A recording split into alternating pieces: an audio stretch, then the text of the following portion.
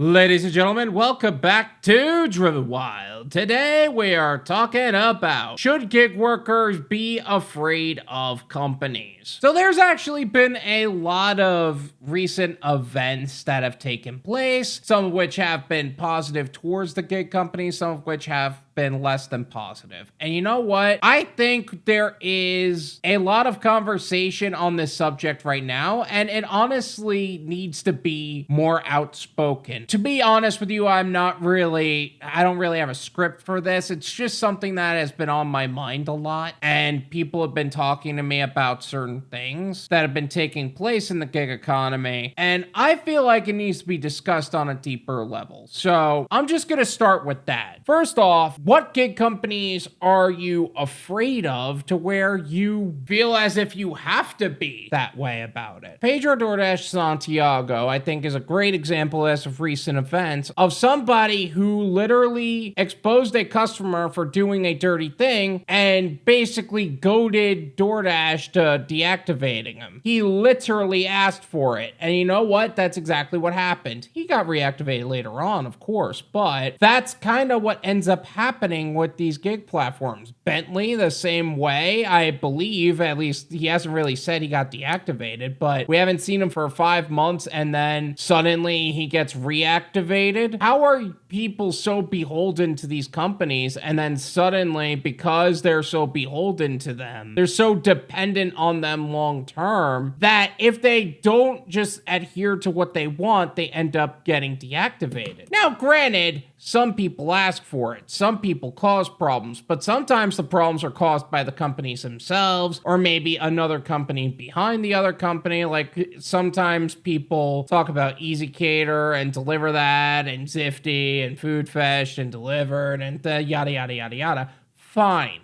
I understand that. It sometimes can be challenging to pinpoint who's the real problem here, especially in the gig economy. As somebody who has been a gig worker since 2018 though, one of the best things you could do is remove your dependence from them entirely. Like, the more you are dependent on these gig companies, the quieter you have to be about some of the shadier things that happen. That's why I'm usually the one talking about it. I'm not as dependent on DoorDash anymore, so I rip them apart. But Joe, you do a lot of catering orders. Would you do the same thing to them? Well, first off, I'm never goading a company to deactivate me. Let's be clear about that now. Sometimes there are just shifty people in a company that I can't stand, but either way, I never goad somebody to deactivate me. Then there's also the conversation of, if a company has shadier people, should you say something? Well, first you have to identify who the shadier people are. Is it actually the person behind the person, or is it the person blaming the people behind them? Because that's the sort of politics that take place. And it's so stupid because we all kind of got into the gig economy to steer away from corporate America. Have you been to corporate America? Holy crap, they're all assholes. So much politics taking place, I can't stand being there. But one of the main things I always talk about, diversify your gig portfolio, develop an exit strategy. The gig economy is an income bridge to what would be a long-term goal, not the goal. And that looks different for everybody, obviously. Some people are in their retirement years and they're not worried about it as much. Some people are working on a business and they kind of need this gig to uphold as long as they still need to grow their business in order for that to sustain them. And sometimes people are just too dependent on one gig app, like they're only a DoorDash driver, and if they got deactivated, that $10.99 employment that they were kind of banking on, they ended up losing. And that's not a single gig company thing. That's an every gig company thing. And look, I got a good thing going with these catering apps too.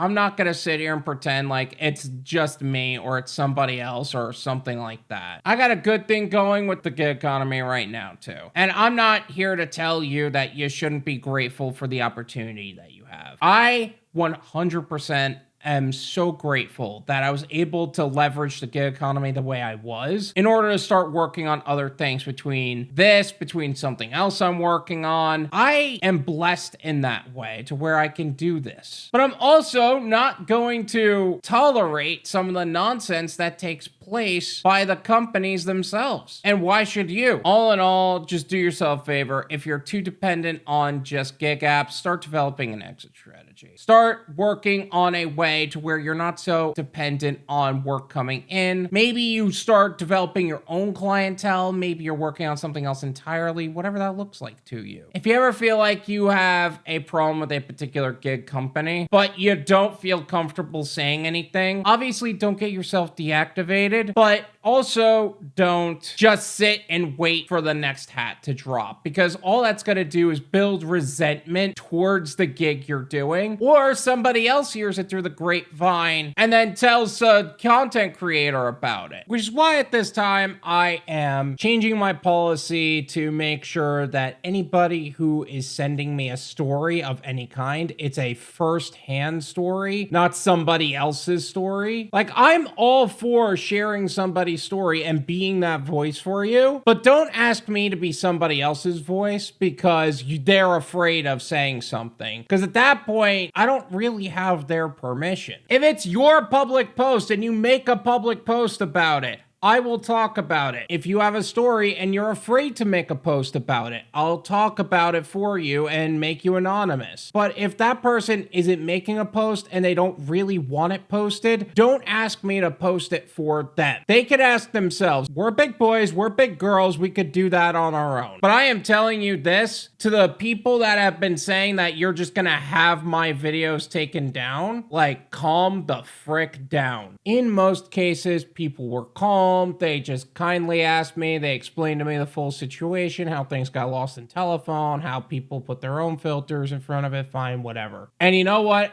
Because I was doing a favor for a friend, I was willing to do that for them. But to the people threatening me, calm down. First off, if you're gonna threaten to take my videos down, good luck on that entirely. There is a guy literally masturbating to me on camera, and YouTube refuses to take it down after 5 different reports of nudity, sexual harassment, and everything else. It is not as simple as you think to get a video taken down. Second, I can't have a wishy-washy attitude when it comes to my channel. Imagine if all YouTubers did that, by the way. Oh my god, he threatened me.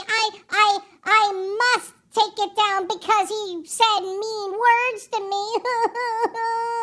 You would never get anything done. You can't have that kind of wishy-washy attitude as a content creator, period, let alone a gig tuber, let alone somebody in business for themselves. And as I said before, as a favor, I did it. That is never gonna happen again. So if you got a problem with one of my videos, you don't have to watch. Most people tend to enjoy my videos, and I'm thankful that they found some entertainment, some value. Maybe they can help their own gig journey as well. Maybe they can leverage the gig economy as an income bridge to what would be a long-term goal. And I hope that they do. I hope that they find some value in that way. But I will not be responding to threats ever again. In fact, in most cases, I'll just send it to a lawyer and let them handle it. So if you guys would like to send me a story, my email is drivenwyld@gmail.com. Feel free to email me your story there, and who knows, maybe it'll get shouted out in a video as well. Thank you so much for watching. I really appreciate it. As always, make sure to hit the like button, subscribe if you're new, and I'll see you guys next time. Peace.